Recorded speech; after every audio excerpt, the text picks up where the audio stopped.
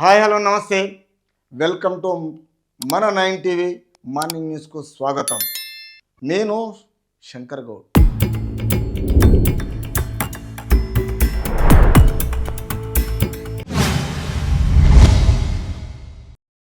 Teacher కొలువుకు వేలాయే 11,062 teacher పోస్టులకు భర్తీకి DSC notification విడుదల.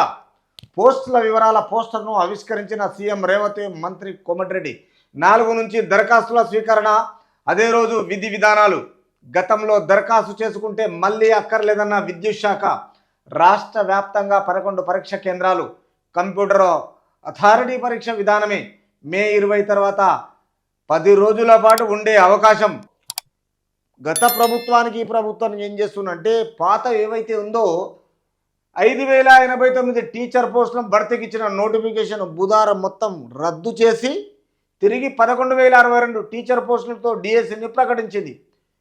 ఈ 5,973 పోస్టులను ఇచ్చి నోటిఫికేషన్ ఇచ్చి ఏమి చేయలేక బయటికి నోటిఫికేషన్లు ఇచ్చిన ప్రశ్నపత్రాలను అమ్ముకున్న స్థితి ఎవరిది?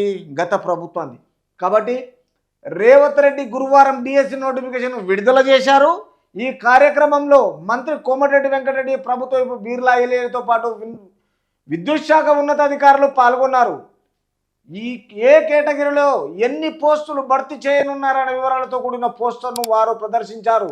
కొత్తగా ప్రకటించిన పోస్టుల్లో విద్యార్థులకు బోధించే ఉపాధ్యాయ నియామకాలు కూడా ఉండటం విషయం.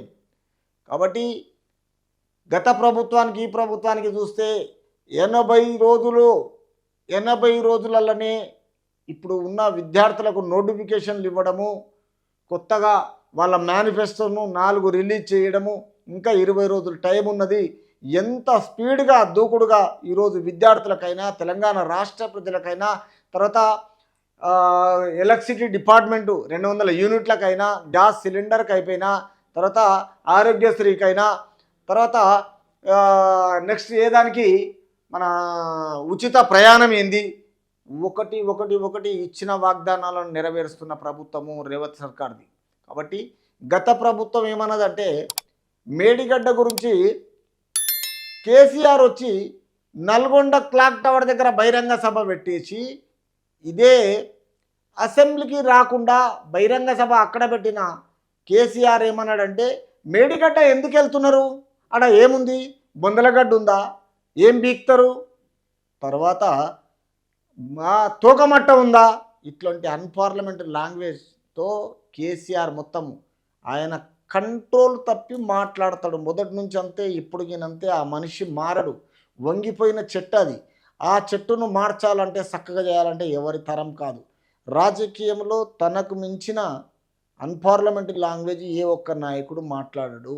ఈరోజు బొందలగడ్డ అంటాడు, ఈరోజు ఏం బీకేష్ణం అంటాడు, తర్వాత ఆయనకు వచ్చిన మాటలు ఎవరికీ రావు.